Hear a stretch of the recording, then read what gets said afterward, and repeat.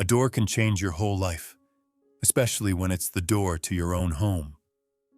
I insert the key into the lock and turn it, but it won't turn because it's locked with a different lock. I try again with the same result where the key doesn't fit, but this is my home of 40 years. I ring the bell and the door opens, showing my daughter-in-law Jessica with cold stare and empty gaze. "George, what do you want?" she asks. "Jessica, my key doesn't work. Did you change the lock?" I question. "Yes, I did. And this house is mine now, where you don't live here anymore," she states. I look behind me at the curb where trash containers sit, full containers. Inside are my belongings, my 45 years of memories, including Helen's keepsake box, my Vietnam medals, and my photo albums among the trash. "Jessica, what does this mean?" "My belongings," I start. "Trash day is tomorrow, George, so take whatever you want because the city will collect the rest," she explains. The door closes in my face. The door to my own home closing in my own face. But Jessica doesn't know that I have a small document in my pocket. Yellowed paper showing an old deed for the Patterson Family Trust. And this document will shatter Jessica's dreams within 48 hours by revealing who the real owner of the house is. That's me, George Patterson, 72 years old, from Boston, Massachusetts. And this story is about my son and daughter-in-law kicking me out of my home and me legally kicking them out onto the street. Because a home isn't just a building, but a right and property, and no one can take that away from me. If these kinds of stories interest you, and you want to hear about family betrayals and justice, please subscribe to the channel, because every day we share real stories from real people that are shocking, emotional, and full of justice. Every story begins with love, and mine began with Helen. My name is George Patterson, 72 years old, a retired electrical engineer who worked at General Electric for 40 years with good career and good retirement. But the real richness of my life was Helen, my wife, my soulmate, and my friend of 50 years. We met in 1969 when I had just returned from Vietnam as a soldier and electrical technician, where the war was over for me. But the memories weren't over, including nightmares, explosions, and the deaths of friends. I returned to Boston as a wounded soul with broken heart, but I had to live because life had to go on. One day in June 1969, my friend Dave threw a party. "Come on, George, have some fun and forget Vietnam." I went to the small party at Dave's house with music, drinks, and young people. And Helen was sitting in the corner reading a book. At the party, but alone, comfortably alone. I approached her. "Hello, I'm George. Reading a book is a strange choice at a party." She smiled with a warm smile. "I'm Helen, and books are more predictable than people." I sat down next to her, and we talked for hours while the music played on and people danced. But we just talked. I talked about Vietnam, fear, and loss while Helen listened without judgment, being just there. "George, the war changed you, but you're still human and a good person, so don't forget that," she said. That night I fell in love, not at first sight, but at first conversation. 6 months later, we got married in December 1969 with small wedding, including Dave and a few friends at church. Simple, but happy, very happy, with Helen in her wedding dress and me in my suit holding hands saying, "Till death do us part." 50 years passed where death did not part us as we lived together with love. In 1972, our son Michael was born, a little baby with blonde hair and blue eyes who was my spitting image. Helen was a wonderful mother, patient and loving, where Michael grew up as a good kid and a smart kid. I worked at GE as electrical engineer with good salary, where I rose through the ranks to become senior engineer. Helen was a teacher at elementary school teaching 3rd grade, where she loved children and loved each one as if they were her own. In 1979, we bought a house in the suburbs of Boston in Wellesley, a beautiful neighborhood with 4 bedrooms, large yard, and white picket fence showing the American dream. Helen planted roses in the yard, red roses that bloomed every summer. This is our home, George, our home forever. Michael grew up through high school and college at Boston College with business major as good student. He graduated in 2000 at 28 years old and found a job in finance at State Street Bank as analyst. Helen and I were approaching retirement, where I was 62 and Helen was 60. George, Helen said one evening, when we retire, let's move to Florida because it's warm and sunny where winters are too cold here. But Helen, this is our home where we've been here 40 years, I replied. I know, but it's just the two of us now where Michael's grown up and has his own life, so we could make a fresh start, she suggested. I thought about it, considering maybe she was right, and maybe Florida would be nice. But then everything changed. The year 2011 came when Helen is 69 and I am 71 while we were making retirement plans. But something was wrong because Helen started forgetting things, small things at first. George, where did I park the car? She'd ask. Helen, in the garage where you always park there, I'd reply. Yes, of course, I knew that.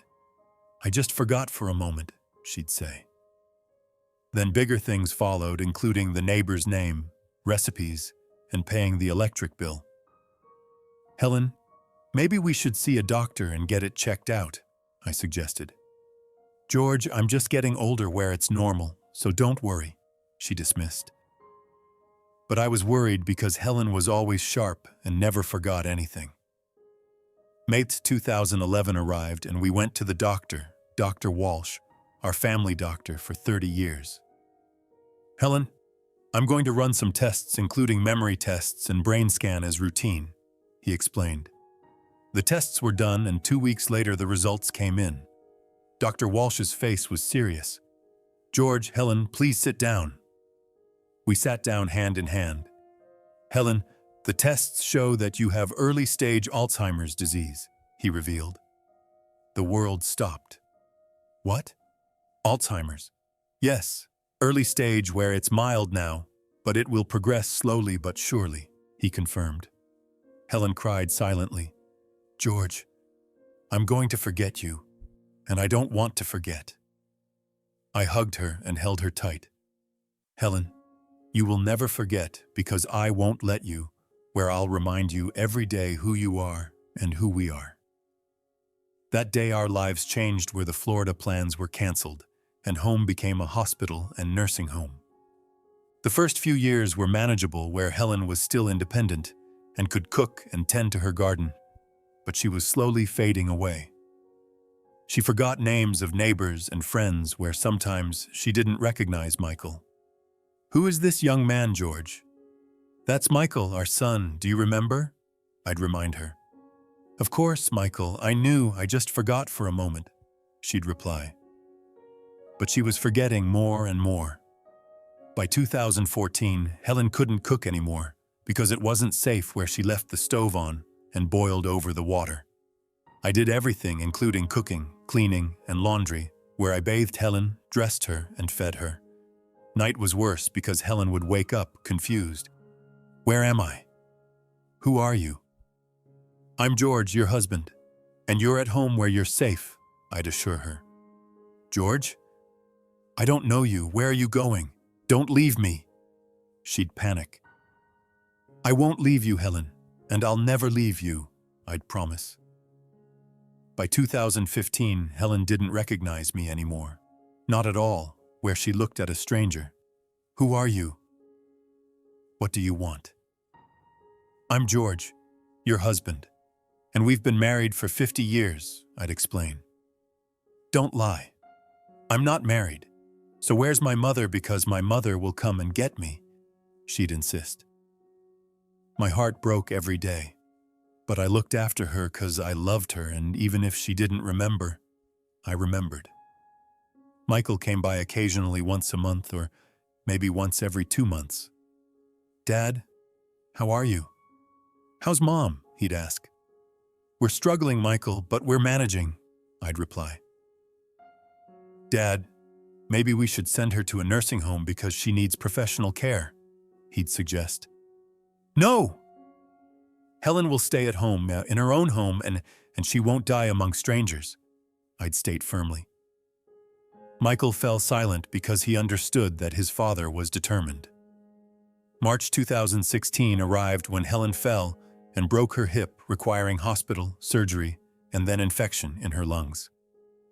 2 weeks in the hospital followed, where I stayed with her every day and every night, holding her hand.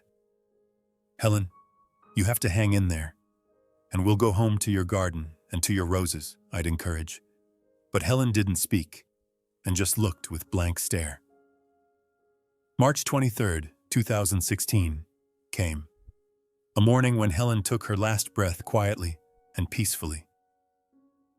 Helen, I love you, and I will always love you, and we'll meet in heaven, I whispered. Her hands grew cold, her chest stopped moving, and she was gone where Helen was gone. 50 years of marriage ended in a single breath. The funeral was simple at the church with friends, neighbors, Michael, and Jessica, Michael's fiancée. Jessica was 30 years old with blonde hair, pretty, but the eyes were cold as she worked as accountant. Mr. Patterson, my condolences because you loved Helen very much, she said. Thank you, Jessica, I replied. But in her voice there was no real sorrow, just procedure and politeness. Helen was buried in the cemetery where roses were planted, red roses as Helen's favorite. Sleep, Helen, and rest in peace. I'll be there soon, but not yet because I still have to live, I said. I returned home to an empty house, a silent house with no Helen, no sound of her, no laughter, and nothing. Months passed where I lived alone at home with Helen's memories. Every day I looked at the garden and at the roses. Helen, I'm watering your roses, and they're still beautiful just like you. Michael started coming more often with Jessica every weekend, where they brought food. Dad, how are you? Loneliness must be hard, he'd observe. It's hard, Michael, but Helen is everywhere in the photos, in the rooms, and in the garden, so I'm not alone, I'd reply. September 2016 came when Michael arrived one evening with serious face. Dad, Jessica and I are getting married. Wonderful. Congratulations, son. When? I asked. November. 2 months from now with small wedding and just family. Then the honeymoon, he explained. Perfect, Michael, and Helen would be so happy, I acknowledged. The wedding took place on November 12, 2016, at church where I sat in the front row alone with Helen's photo in my pocket. Michael looked handsome, and Jessica was beautiful as the bride in her wedding dress and the groom in his tuxedo, traditional. Till death do us part, they vowed. The same words from Helen's and my wedding, the same words. After the wedding, Michael and Jessica went on their honeymoon to Hawaii for 2 weeks. I stayed home alone, but I got used to it now, where loneliness had become my friend. December came when Michael returned and came to visit one day. Dad, I need to talk to you. Sit down, son. I'm listening, I encouraged. Dad, Jessica and I are living in an apartment, 1 bedroom and small, and we're thinking about having a baby where we need space for a baby, he explained. I see. Are you looking for a new house? I asked. Yes, but houses in Boston are very expensive, and we both work, but the down payment is hard, he stated. I paused, wondering what he was trying to say. Dad, you live alone in this house with 4 bedrooms and big yard. Too much space for you, he observed. And, I questioned, and maybe you could live with us where we'd move here and you could have a room, a small room like the basement maybe, while we'll live upstairs like a family, he proposed. I was shocked. Michael, this is my house and Helen's house with 50 years of memories here. I know, Dad, but think about it because you live alone and you're getting older where we'll be there for you and help you, so it's safe, he reasoned. Michael, I take good care of myself and I don't need help, I countered. Jessica interjected. Mr. Patterson, Michael's right because you're 72 And if something happens like you fall or get sick, there's no one, so you'll be safe with us."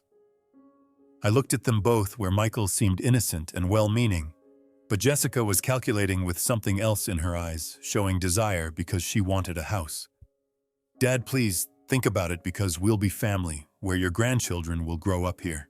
And Helen would have wanted it," Michael pressed. Helen. Michael used Helen as emotional manipulation. But maybe he was right, where maybe living alone was dangerous, and maybe families should be together. "Okay, Michael, let's try it. But it's temporary, and if it doesn't work out, you move out, okay?" I agreed. "Of course, Dad. Temporary. 2 or 3 years, then we'll get our own house," he promised. Late December 2016 came when Michael and Jessica moved in with their belongings, arriving, including furniture and boxes, everything. I moved into the basement with small room, single bed, small closet, and bathroom upstairs that was shared. "Temporary," Michael said. "Short term." But temporary became permanent, where 2 years passed, and 3 years, and the house changed where Helen's house changed. The first few months seemed normal where Michael and Jessica lived upstairs and me in the basement, and we saw each other occasionally at meals and at breakfast. But Jessica slowly started changing the house. Helen's house. February 2017 arrived when one day I went upstairs where the living room had completely changed with different furniture, including new couch and new coffee table, modern and minimalist. Helen's old couch, the 40-year-old couch, was gone. "Jessica, where's the couch?" "Helen's couch?" I asked. "Oh, it was old and worn out, Mr. Patterson, so I threw it away, and the new couch is more comfortable," she explained. "But Helen used to sit on that couch every evening where she would read books," I protested. "Helen died, Mr. Patterson, and we need new furniture for a modern home," she stated. Anger came, but I suppressed it. "Okay, Jessica, it's your house now." But it wasn't because it was my house, and it still is my house. March 2017 came when the walls were painted where Helen's favorite cream color was gone, as Jessica chose gray, dark gray, and cold. "It looks modern," Jessica said, but it looked cold where Helen's warmth was gone. April 2017 arrived when the photos of Helen and mine on the walls were taken down. "Where did you put the photos, Jessica?" I questioned. "In the attic, Mr. Patterson, because there were too many photos where the house looked cluttered, and it's cleaner now," she explained. "But these are family photos and my past," I objected. "The past should stay in the past, Mr. Patterson, and now is our time," she declared.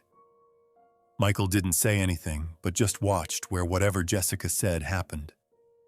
Mo 2017 came with the garden, where Helen's rose garden was destroyed, as Jessica had the gardener cut the grass and pull out the roses. I ran outside. "What are you doing?" "These are Helen's roses." The gardener replied, "I'm sorry, Mr. Patterson, but Ms. Jessica gave the order because the roses are old and we're doing new landscaping." "No! These roses are 40 years old. Helen planted them. You can't touch them," I shouted. Jessica came out. "Mr. Patterson, calm down, because the roses are neglected with thorns everywhere making them dangerous, and we're doing a modern garden with lawn. Simple." "But Helen," I started. "Helen is dead!" Jessica yelled. And for the first time she yelled, "Helen is dead, Mr. Patterson! This isn't her house anymore. This is my house, and I don't want the roses." Michael was standing next to me.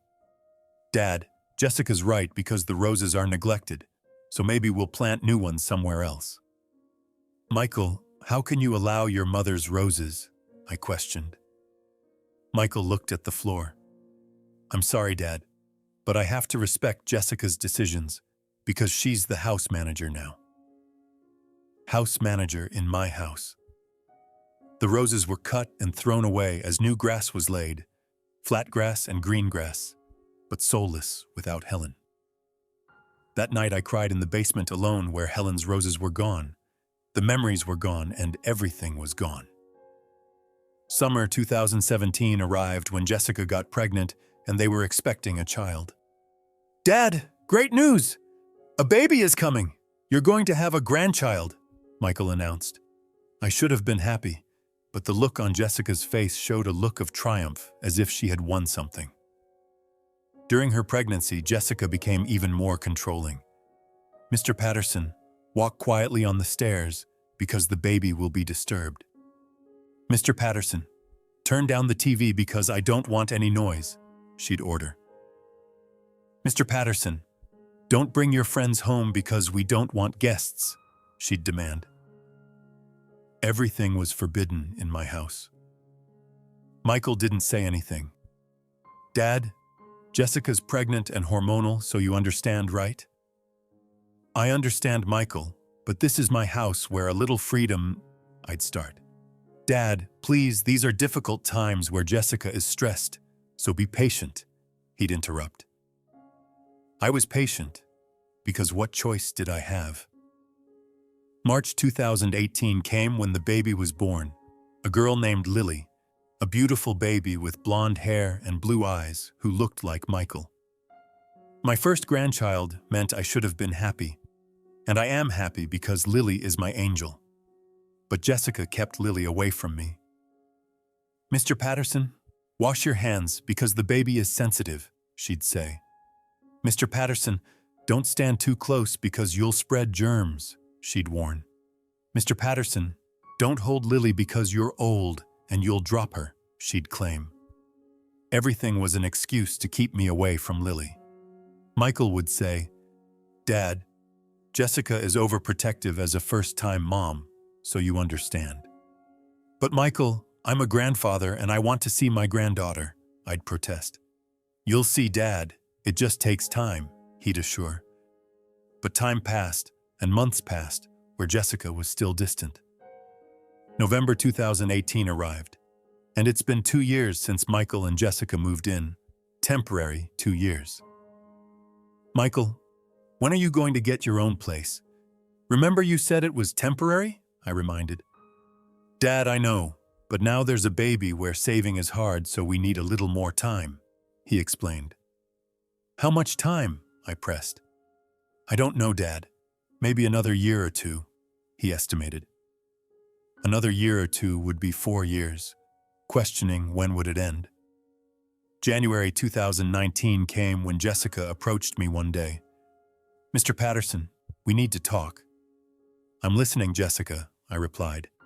"You take up a lot of space here where the basement could be a nursery and playroom, so you could maybe move to a smaller place," she suggested.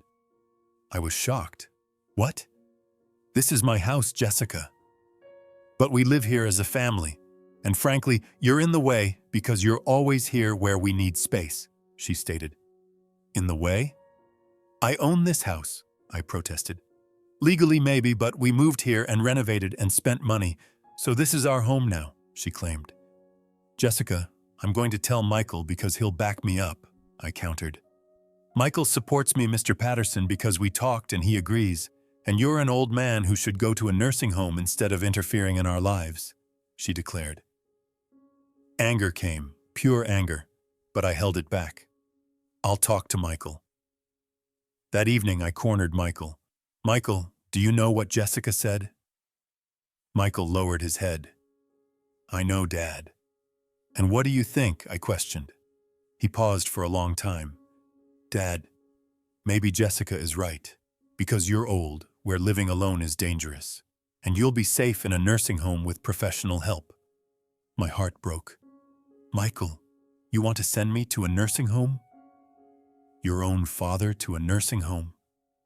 "Dad, I mean no harm, but Jessica and I are a young family who need to build our own life, and you're always here where we can't live freely," he explained. "Michael, this is my home where I've been here for 40 years and Helen died here, so I'm staying here," I stated firmly. "Dad, don't be stubborn," he started. "I'm not stubborn." "I'm right. And one more thing, Michael. This house isn't yours, and it never was," I revealed. "What do you mean?" he questioned. "You'll find out, Michael. You'll find out soon enough," I warned. I didn't sleep much that night as I thought long and hard about how Jessica and Michael were trying to kick me out of my house and out of Helen's house. No, that won't happen, and I won't let it. The next day, I went to the market for normal routine, including shopping, walking, and getting some air. But when I got home, everything had changed where the key wouldn't turn because the lock had been changed, and my things were on the sidewalk in the dumpsters.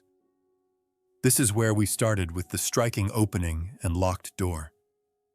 I ring the bell again and again. The door opens, showing Jessica with cold face. "George, what do you want?" "Jessica, my key doesn't work. Why did you change the lock?" I demand. "Because this house is mine now, and you don't live here anymore," she states. "What? You're kicking me out? Out of my house?" I question. "Yes, Michael and I talked where our decision is final, and you're not welcome here. So go," she orders. "But my things, Helen's things," I protest. "In the dumpsters, so take whatever you want, because it's trash day tomorrow, and the city will pick it up," she dismisses. I ran to the containers and opened them, where inside was everything, including photo albums, Helen's keepsake box, my Vietnam medals, letters, diaries, and 45 years of life in the trash. Neighbor Mr. Henderson saw me. "George, what's going on?" "Henderson, please help because we need to save my things," I requested. We gathered them together and put them in my car, where we took what we could. But not everything fit because too many things and too many memories. Just then, Michael arrived coming home from work where he parked his car, got out, and saw me. "Dad, what are you doing?" he asked. "Michael, did you allow this? Jessica changed the locks. She threw my things in the trash," I accused. Michael hung his head and looked at the ground. "Dad, I'm sorry, but Jessica is right. Because we're a young family who need to build our own life, and you're always in the way." "In the way? Michael, I'm your father. I raised you. Helen and I gave you everything," I protested. "I know, Dad, and I'm grateful, but now I have my own family, including Jessica and Lily, who come first. And you should go to a nursing home," he stated. "A nursing home? Michael, I'm healthy. I can take care of myself," I countered. "Dad, you're old at 72 where something could happen like you could fall or get sick, and we don't want the responsibility," he explained. "Responsibility? Am I a responsibility and a burden to my son?" "Michael, this is my house where you and Jessica are guests. Temporary guests," I reminded. "No, Dad. This is our home now because we live here. We renovated it, and we spent money on it, where you just lived in the basement. So you're the guest," he claimed. Anger flared. "Guest? I bought this house in 1979, 40 years ago. You were 7 years old. This house is mine." "But we live here, Dad, where possession is 9/10 of the law, so legally," he started. "Legally?" I laughed with bitter laugh. "Michael, you're talking legal? Fine, let's talk legal." I pulled the small envelope from my pocket containing inside an old document, yellowed paper showing the deed. "Do you know what this is, Michael?" I asked. "What?" he questioned. "A 1979 deed when I bought this house, but there's a catch because the house isn't in my name," I revealed. Michael was stunned. "What?" "The house is in the name of the Patterson Family Trust. And in case Helen died, I had everything done in the trust's name for tax advantages and legal protection, where I'm just the trustee of the trust," I explained. "So?" he questioned. "So, Michael, you own nothing, and Jessica owns nothing, where this house belongs to the trust, and I am the trust's authorized representative who can evict the tenants whenever I want," I stated. Michael froze. "Dad, you're joking." "Joking?" "My lawyer is coming tomorrow with an eviction notice where you'll vacate my house within 30 days. Otherwise, I'll have you evicted through the courts," I warned. Jessica was standing in the doorway, where she had heard everything, and her face was ashen. "That's not possible! Michael bought this house! You were just a guest, she screamed. Wrong, Jessica. Michael didn't buy anything where I provided you with a free home and you lived here rent-free for 3 years, never paying rent or any bills where I paid for everything from the trust account, I corrected. But we renovated. We spent money, she protested. Unauthorized renovations that aren't legal, and you threw Helen's things in the trash, cut down the roses, and kept the photos. These are vandalism and damage, I stated. Michael trembled. Dad, please. I'm your son and your family, so you can't do this to us. I looked at him long and hard. Michael, you did this to me where you kicked me out of my home, threw your mother's memories in the trash, called me responsibility, and called me in the way. Now you'll learn whose house this is and who the real owner is, I concluded. I turned and walked to my car as Mr. Henderson helped where we loaded the belongings. George, where are you going? Henderson asked. The Hampton Hotel for a few days. Then we'll see, I replied. I started the car in reverse gear and pulled out slowly. But in the mirror, I saw Michael and Jessica standing in shock where they understood the truth. The house is mine, always mine, and soon I'll take it back. That night, I sat in the hotel room at Hampton Inn in suburban Boston, a small room with single bed but clean and safe. My belongings around me in boxes and bags showed 45 years of life fitted into a hotel room. I opened Helen's memory box where inside were letters, photos from our wedding day, Michael as a baby, and family vacations. Everything. Helen, I said, our son kicked me out where he forgot you and ruined your home. So what should I do? No answer came, but I knew what Helen would say. George, stand your ground, because the house is yours, so teach them a lesson. I picked up the phone and called my lawyer, Robert Chen, my lawyer for 30 years and real estate law specialist who founded the trust in 1979. Robert, this is George Patterson, and it's urgent, I stated. George, how are you? It's been a long time, he replied. I'm not well, Robert, because my son and daughter-in-law kicked me out of my house where they changed the locks and threw my belongings in the trash, I explained. Silence fell. What? Michael did that? Yes, Michael and Jessica. But they don't know that the house isn't mine but the trust's, I revealed. Yes, the Patterson Family Trust from 1979. I remember. And George, this is serious where we need to send them an eviction notice, he stated. How long will that take? I asked. I can have it ready tomorrow where we'll send it by special carrier giving them 30 days. And if they don't move out within 30 days, we go to court, he explained. Do it, Robert. Do it now because they threw Helen's memories in the trash, cut her roses, and ruined everything, I ordered. Got it. George, it'll be ready tomorrow morning. Where should we send it? He confirmed. I gave the address, my address at my house in Wellesley, but now Jessica thought it was Michael's address. Robert, one more thing. For 3 years, they haven't paid any rent or any bills where I paid from the trust account. Is this on record? I questioned. Yes, George, every payment is on record, including electricity, water, taxes, and insurance, all from the trust account with automatic payments that I set up, he confirmed. Good, because Jessica is claiming, we spent money, we renovated, this is our house now, I stated. George, unauthorized renovations are illegal and don't give them legal rights, and if they damaged Helen's belongings, that's vandalism where we can add another charge, he explained. Do it, Robert. Do everything because they should be punished, I instructed. Okay, George, we start tomorrow. Where are you, at a hotel? He asked. Yes, Hampton Inn, where I'll stay a few days, then maybe a friend's place and we'll see, I replied. George, don't worry because we'll get your house back, I promise, he assured. Thank you, Robert. Good night, I concluded. I hung up and lay down, but I couldn't sleep as I thought about Michael, little Michael, baby Michael, and the smiling child. Now he's a stranger as Jessica's husband, but he's not my son anymore. The next morning came, Tuesday, March 19th, 2019. Robert called.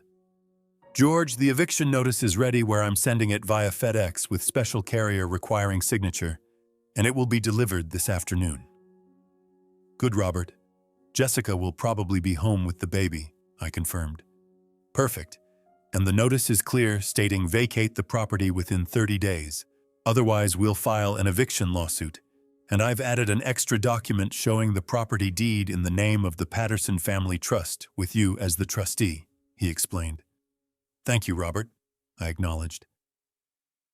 3 in the afternoon came when my phone rang, showing an unknown number that I answered. Hello? George Patterson? Came a scream with Jessica's voice. Yes, Jessica, it's me, I confirmed. What does this mean? An eviction notice? You're kicking us out of the house? She demanded. Yes, Jessica, you have 30 days to vacate the property and leave it clean, I stated. No way! This house belongs to Michael. You were just a guest. You lived in the basement, she protested. Wrong, Jessica. It was never Michael's house, and you saw the documents where the house belongs to the Patterson Family Trust with me as the trustee and the legal owner, I corrected. But we renovated it. We spent money, thousands of dollars, she argued. Unauthorized renovations that don't give you legal rights. And you actually owe me because you lived here rent-free for 3 years, with no rent and no bills, where I paid for everything. And if we calculate, it's over $100,000, I stated. Jessica screamed, $100,000? You're crazy. No, Jessica, I'm being realistic, because a 4-bedroom house in Wellesley costs at least $3,000 a month in rent, where 3 years equals 36 months, totaling $108,000 in rent plus bills, making it $120,000, I calculated. But you offered it to us. You said, live with me, she protested. Yes, I said temporarily for 2 or 3 years. Then you'd get your own place, but you stayed, took control, threw Helen's things away, and kicked me out, I reminded. Now it's time for consequences, where you have 30 days to move out, I concluded. Jessica cried on the phone.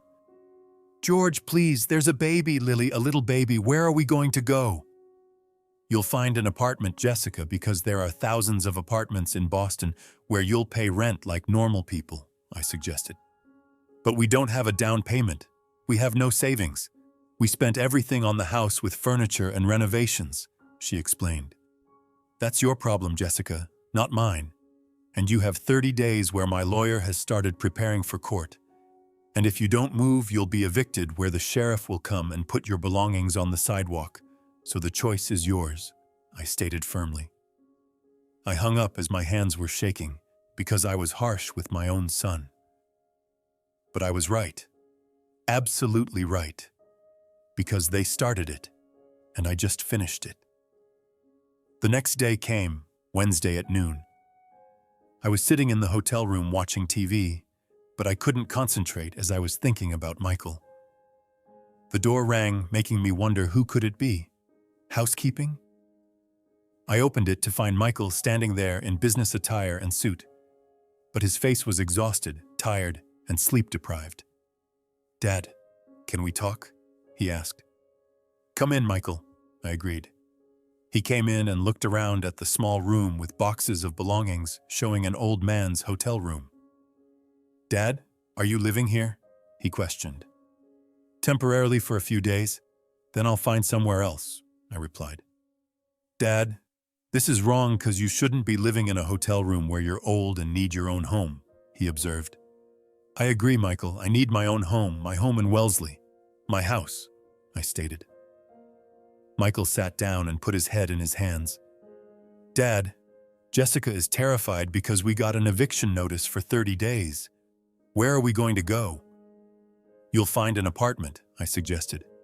But Dad, we don't have a down payment, and we have no savings because we lived in your house for 3 years where we didn't save any money because there were no expenses. he explained. That's your problem, Michael, not mine, because you lived there for free for 3 years where you should have saved money, but you didn't because you bought new furniture, renovated, and spent money, I stated. But Dad, that was to make the house beautiful. For you too, he claimed. For me? Michael, you threw Helen's couch in the trash, put her photos in the attic, and cut her roses. Was that for me? I challenged. Michael fell silent because he couldn't answer. Michael, Jessica ruined Helen's house over 3 years, slowly, piece by piece, and you watched, allowed it, and said nothing, I observed. Dad, Jessica is the house manager where the decisions are hers, so I didn't interfere, he justified. Right there, Michael. Right there is where you went wrong, because it was my house and Helen's house where you should have defended it by saying, no, Jessica, these are my mother's things and you can't touch them, I stated. But Dad, I'm married where I have to respect Jessica and make her happy, he reasoned. To make Jessica happy, were you going to forget your mother and kick your father out? I questioned. Michael cried and buried his face in his hands. I'm sorry, Dad. So sorry. I was weak where Jessica pressured me and I couldn't resist. Michael, you're not 30 years old but 47, a grown man, so she pressured me is no excuse, I stated. I know, Dad, you're right. I was a coward. But please give us another chance by canceling the eviction, because we'll change where Jessica will change, I promise, he pleaded. I looked at my son for a long time, a crying man and a pleading man. Michael, I gave you 3 years with 3 years of chances, but Jessica didn't change. You didn't change, and everything went downhill, I observed. Then yesterday, you changed the locks, threw my things in the trash, and put me out on the street. Was that the last chance? I questioned. Dad, that was Jessica's idea where I didn't know, he started. Lie, I yelled, for the first time really yelling. You knew Michael.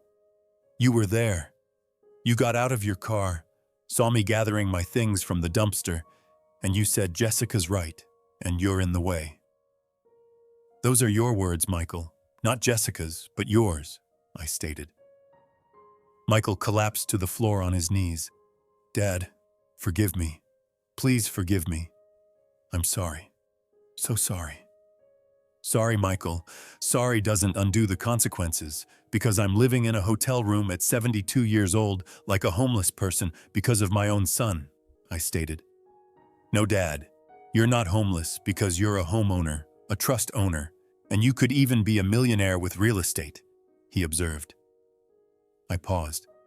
Michael, are you talking about money now? No.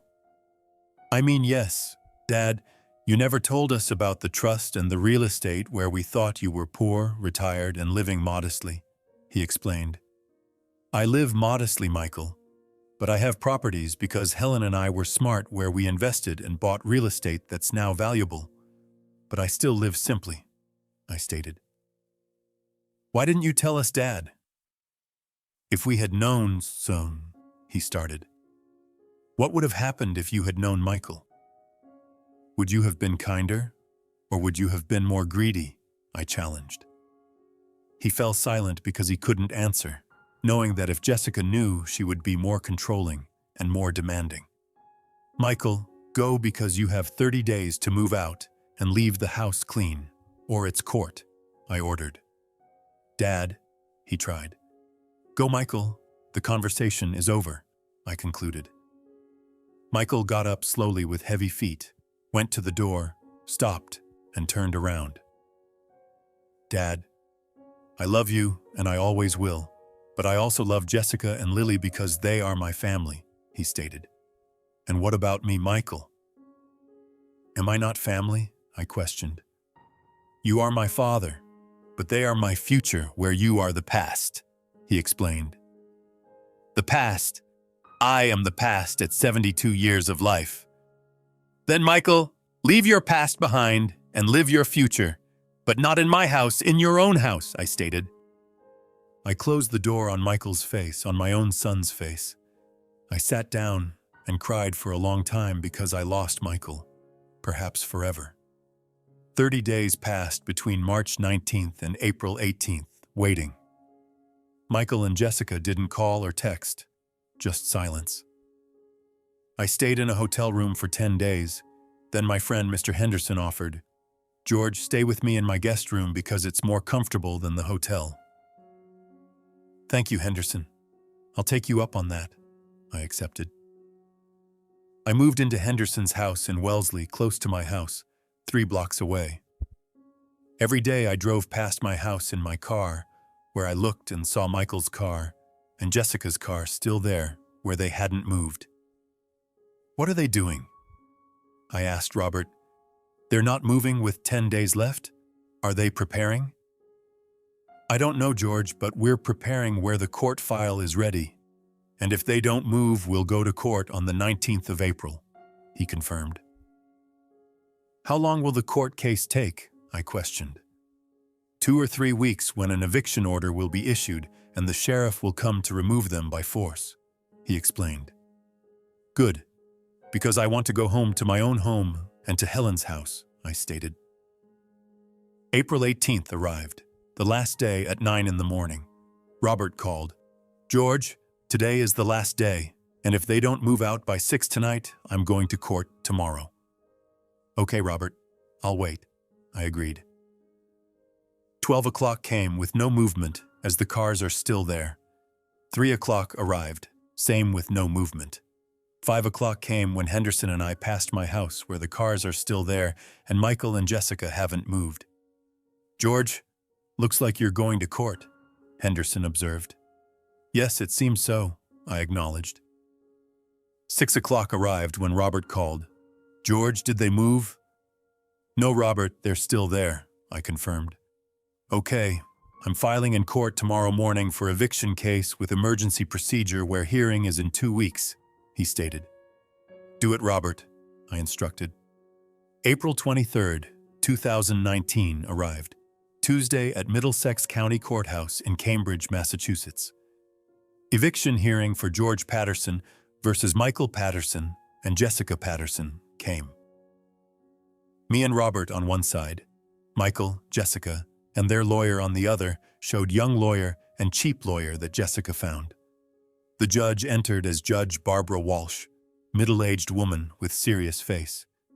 Case number 2019 CV1847, Patterson v. Patterson, eviction case. "Mr. Chen, your case," she stated. Robert stood up. "Your Honor, my client George Patterson is the trustee of the Patterson Family Trust, where the trust owns a house in Wellesley, and the defendants Michael and Jessica Patterson have been living in the house as tenants for 3 years, with no written lease and not paying rent, where an eviction notice was sent, giving them 30 days, but they did not move out. Here is the deed in the name of the trust. Here is the eviction notice with proof of service, and here is the 30 days expired. So we are seeking eviction," he concluded. The judge reviewed the documents. The title deed appears to be correct, showing Patterson Family Trust since 1979 with Mr. Patterson as the trustee. "Defense? Mr. Morrison?" she called. Michael's lawyer stood up, a young man and nervous. "Your Honor, my clients have been living in that house for 3 years without paying rent, because it was a family arrangement from father to son, where Mr. George Patterson offered the house to his son, saying, 'Come live with me.' My clients made a major investment with renovations and new furniture, over $15,000. So now sudden eviction is unjust, where there is constructive possession making my clients rightful owners," he argued. Robert jumped to his feet. "Your Honor, objection!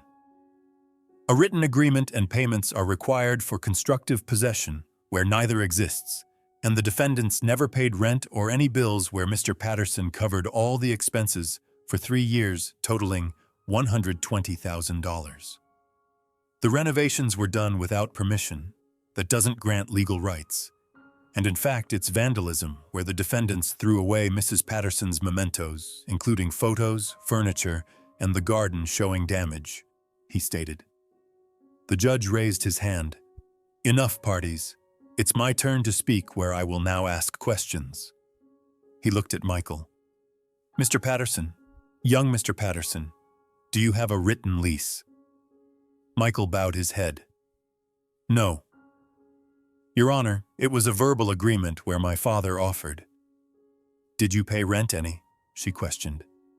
No, but we shared the expenses, he started. Robert interrupted. Your Honor, that's a lie because I have all the billing records showing electricity, water, gas, insurance, and taxes, everything from George Patterson's account and from the trust account with automatic payments for 3 years where the defendants haven't paid a single penny. The judge looked at Michael. Is that correct? Michael was silent, then whispered, Yes, it's correct. Then you have no legal rights because you are tenants without a written lease and tenants who haven't paid rent. So the eviction notice is legal, where 30 days were given, and you should have moved out, she concluded. Jessica jumped to her feet. But Your Honor, there's a baby. Lily, a little baby. Are you throwing us out on the street? The judge looked coldly at her. Mrs. Patterson, sit down, because I'm not throwing anyone out on the street, but giving you an eviction order to vacate the premises within 14 days. And if you don't, the sheriff will come and remove your belongings where the choice is yours. But, Jessica started. Be quiet, Mrs. Patterson. The decision has been made where the eviction order is approved with 14 days making May 7th the last day, she stated. The gavel fell. Court adjourned. Jessica cried loudly as Michael sat beside her in shock, saying nothing. I felt nothing, neither happiness nor sadness, just emptiness because I beat my son in court. But it didn't feel like winning, but like losing. May 7th, 2019 arrived, Tuesday as eviction day. 9 in the morning came when Robert and I are in front of my house where the sheriff is there with 2 deputies for official eviction. We knocked on the door as Michael opened it with his face exhausted, sleep-deprived, bearded, and unshaven. Dad, are you really going to do this? He questioned.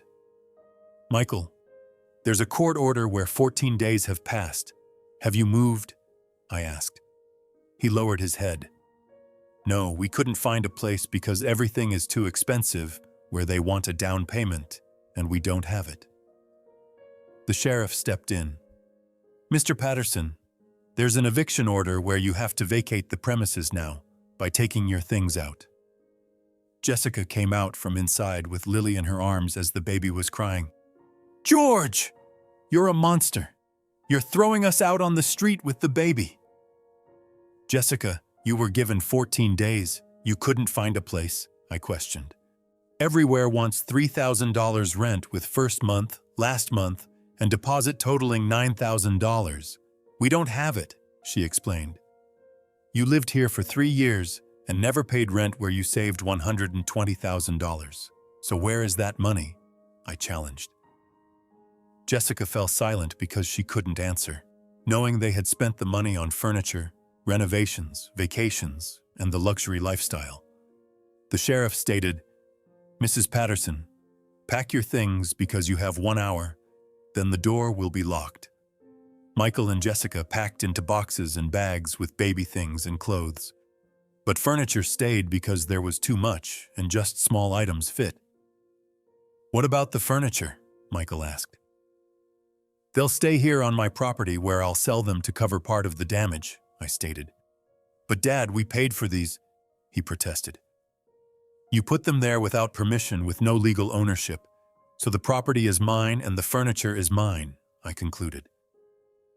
An hour passed as Michael and Jessica loaded the belongings into the car with 2 cars full, but the furniture didn't fit where many items were left behind.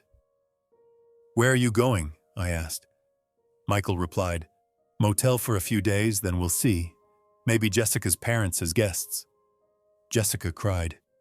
We lived here for 3 years where we considered it home, and now a motel showing humiliation. Jessica, it's not my fault, but your choices because you didn't pay rent, didn't save and spent money, so now the consequences, I stated. Michael put the baby seat in the car with Lily in it, still crying. Poor baby, an innocent baby. "Dad, do you want to see Lily one more time?" he offered. I approached and looked at my granddaughter with little face and blue eyes, Helen's eyes. "Hello, Lily. I'm your grandfather and I love you, but I can't go with you now because your mom and dad didn't want me. So maybe one day we'll see each other when you grow up," I said. Lily stopped crying and looked at me as if she understood. Michael started the car as Jessica did too, with two cars slowly driving away down the street until they disappeared. The sheriff asked, "Mr. Patterson, the house is empty. The keys?" Michael threw them out the window as two keys that I caught, the keys to my own house. "Thank you, Sheriff. Your work is done," I acknowledged. The sheriff and deputy left as Robert left. "George, congratulations because you got your house back." "Thank you, Robert," I replied. I was alone in front of my house, my 40-year-old house, an empty house. I put the key in the lock, turned it, and the door opened as I went inside. The house had changed, looking like Jessica's house with gray walls and modern furniture. But it was mine now, where I had it back. I took Helen's photo out from my pocket. "Helen, I'm back home. But you're not here where your roses aren't here and our memories aren't here, just the building. Not a home anymore, but just a building." I sat down on the new sofa, Jessica's sofa, and cried for a long time. I got the house back, but at what cost? I lost my son, I lost my grandson, and I lost Helen's memories. Did I win or did we all lose? November 2019 arrived. 6 months had passed since the eviction. I was living in the house alone, where I painted the walls the cream color Helen loved and brought down the old photos from the attic to hang them on the walls. I planted new roses in the garden, red roses like Helen's, where they haven't bloomed yet, but they will next summer. Michael and Jessica didn't call for 6 months of silence, and I didn't call either because what could I say? But Mr. Henderson brought news from time to time. "George, Michael and Jessica have moved into a small apartment in Framingham with 2 bedrooms at monthly rent of $3,500, where they're struggling to pay it. Michael got a promotion at work, but Jessica isn't working because she's looking after Lily, with sole income making it tough," he continued. "And I heard Jessica is thinking about divorce, where she's constantly pressuring Michael, saying, 'Your father's house should have been ours, and you've become weak where their relationship is bad,'" he added. I was saddened, but not surprised, because Jessica had married for money and for the house, and now there's no house, so no relationship. It was early December when Thanksgiving was approaching, and Henderson made an offer. "George, have Thanksgiving dinner with us, and don't be alone." "Thank you, Henderson. I'll come," I accepted. But that day, the phone rang, showing an unknown number. "Hello?" I answered. "Dad, it's me, Michael," came the voice. My heart stopped. "Michael, how are you?" "I'm not okay, Dad, because Jessica filed for divorce last week, where we're splitting up," he revealed. "I'm sorry, Michael," I replied. "I'm sorry too, Dad, but I understand because Jessica didn't love me but loved the house and loved the money." "You were right," he acknowledged. Silence fell. Long silence. "Dad, can I see you? I want to talk and I want to apologize," he requested. I paused and thought about Michael apologizing 6 months later. "Okay, Michael, come on Saturday at noon, because I'll be home," I agreed. "Thank you, Dad. And I want to bring Lily too, so she can see you," he added. "Of course, I want to see my granddaughter," I confirmed. Saturday came when the doorbell rang, showing Michael with Lily in his arms, alone without Jessica. "Hi, Dad," he greeted. "Hi, Michael, come in," I welcomed. They came in as Michael looked around the house. "Dad, you've changed the house back to the way it was." "Yes, like Helen's house, the way it should be," I stated. We sat down and put Lily on the floor where she played with her toys. "Dad, I want to apologize with a real apology, Because I behaved horribly, where I let Jessica control you, kick you out of your home, and destroy my mother's memories. It's unforgivable, he stated. My eyes filled with tears. Michael, you're my son, and I always forgive you, but trust is broken where it takes time to repair. I know, Dad, and I need time, but please be in my life and be in Lily's life because she needs to know you, her grandfather, he pleaded. I looked at Lily, a little girl 18 months old just starting to walk. Beautiful girl. Lily, come here and Grandpa will come to you, I encouraged. Lily came slowly and shyly as I picked her up. Hello, sweetie. I'm your grandpa and I love you very much. Lily smiled with a little smile showing Helen's smile. Michael cried, Dad, thank you. Thank you for forgiving me. I haven't fully forgiven you yet, Michael, but I'll work on it because it takes time. But this is a start. A small start, I explained. May 2021 arrived.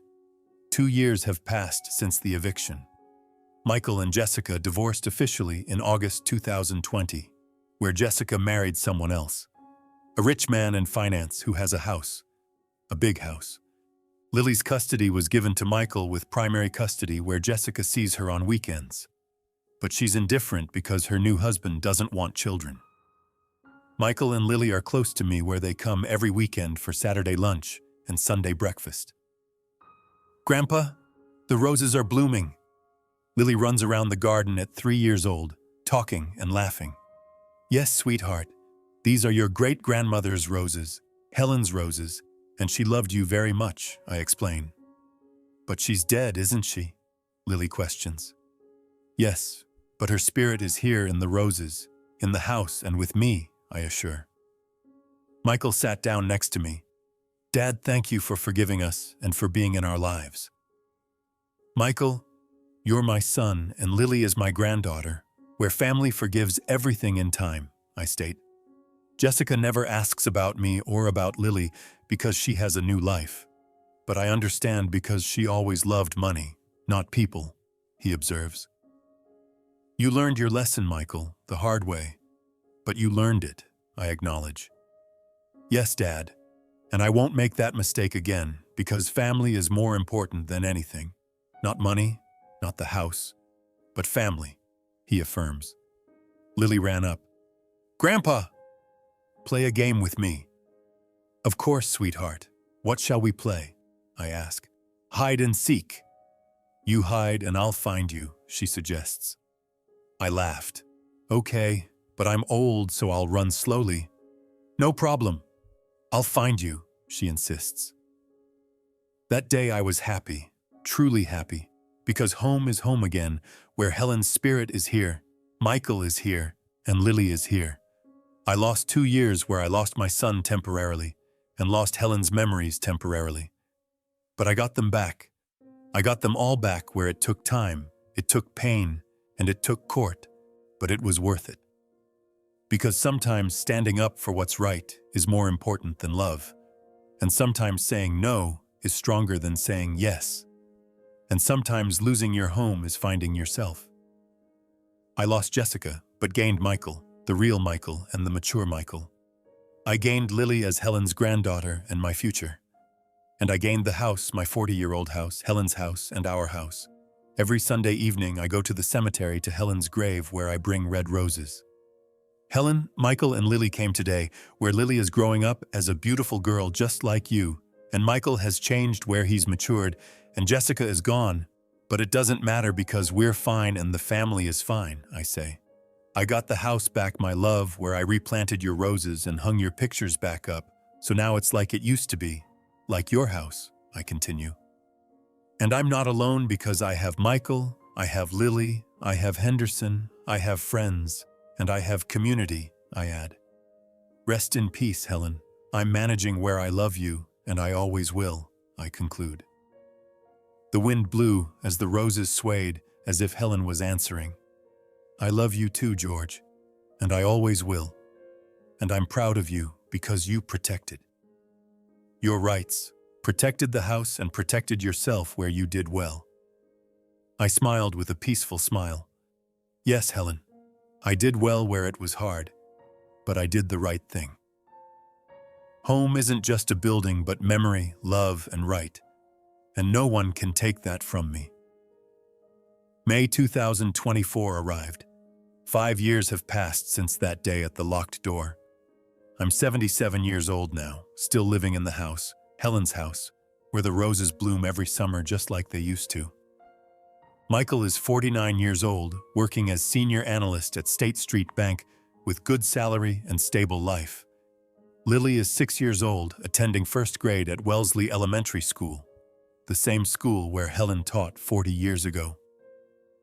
Every Saturday morning, Lily and I have a tradition where we sit in the garden among Helen's roses, and I tell her stories about her great-grandmother.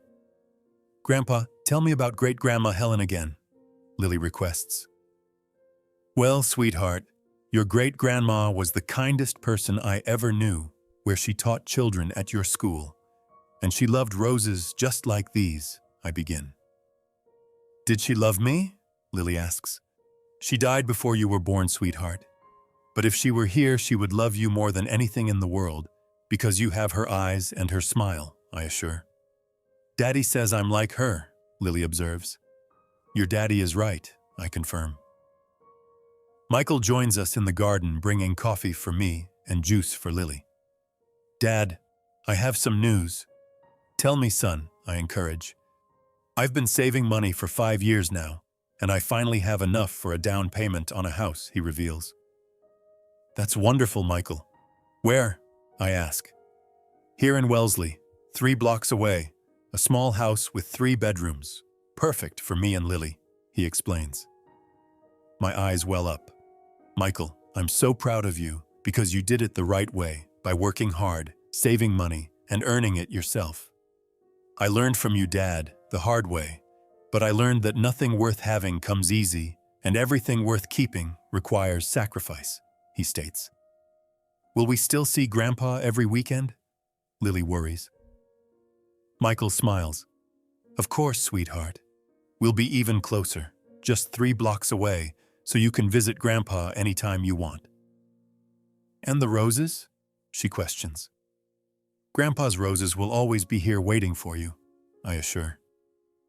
That evening, after Michael and Lily leave, I sit alone in the living room surrounded by Helen's photos on the walls.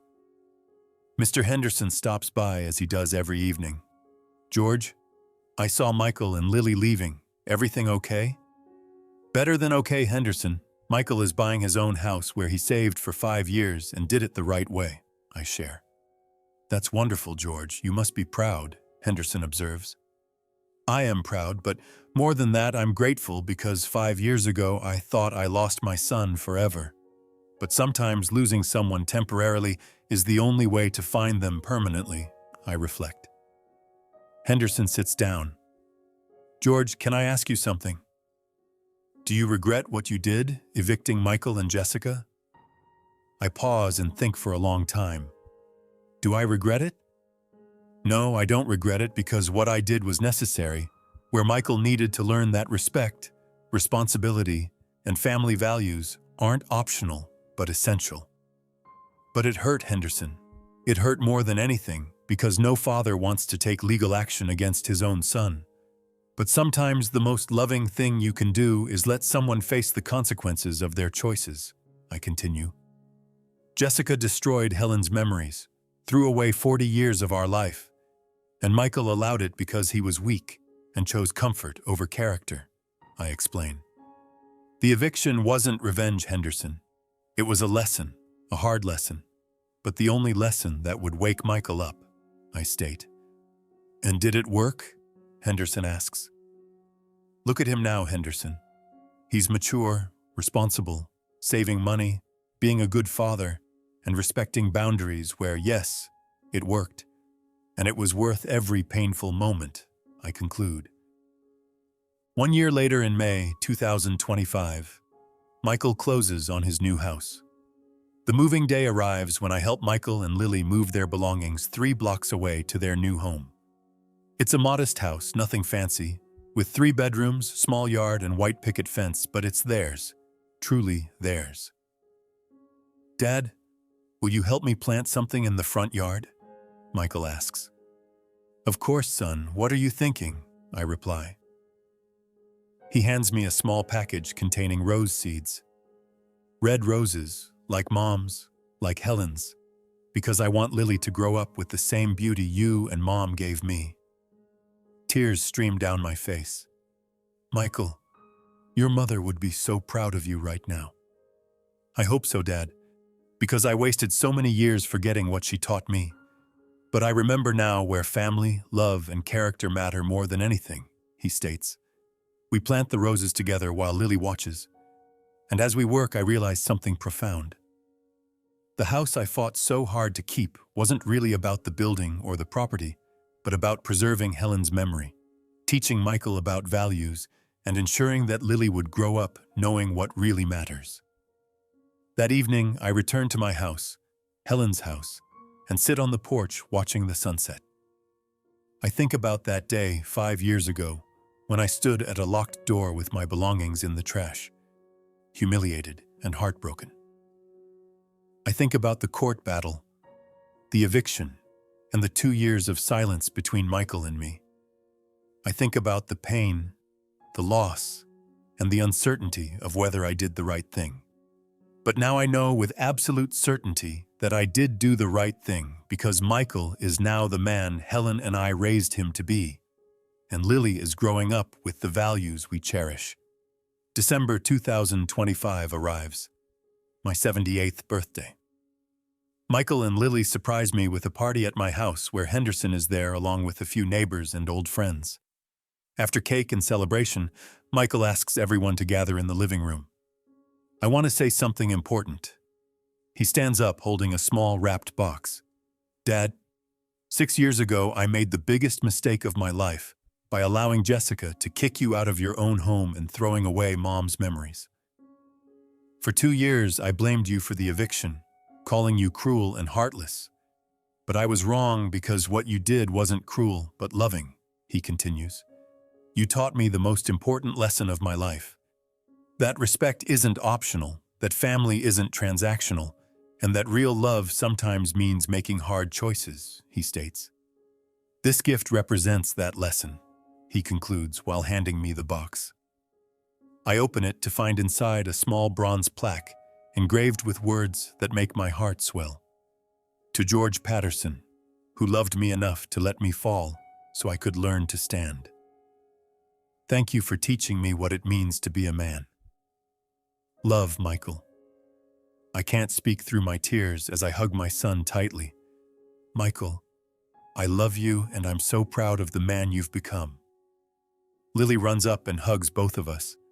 I love you, Grandpa, and I love you, Daddy.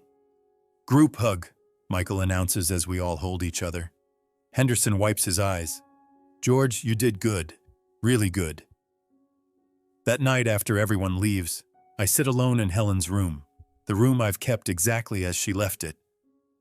Helen, our son came back. Our granddaughter is beautiful, and our home is filled with love again, I say to her photo. The journey was painful where I had to evict our own son, take him to court, and live through 2 years of silence. But it was worth it because Michael learned, he changed, and he became the man we raised him to be, I continue. The house is still standing, your roses are blooming, and our family is whole again. Maybe not the same as before, but stronger and more appreciative of what we have, I conclude. I place the bronze plaque on the dresser next to Helen's photo, where it will stay as a permanent reminder that sometimes the greatest act of love is allowing someone to face the consequences of their choices. Sometimes a locked door is the beginning of a journey back home.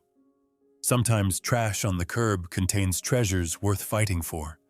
Sometimes evicting your own son is the only way to save him. And sometimes the hardest lessons we teach are the ones that hurt us most, but heal us best. George Patterson fought for his home, not because of property or money, but because it represented 50 years of love, sacrifice, and memories that no one had the right to erase.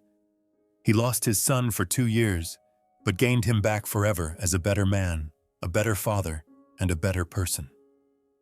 Helen's roses bloom every summer, red and beautiful, a reminder that love endures even when the ones we love are gone. And the door that was once locked is now always open, because family, real family, built on respect and love, never needs locks because trust is the key that opens every door. If you liked this story, please like the video, subscribe to the channel, and share your thoughts about this story in the comments. Click on the box on the left to listen to the next story.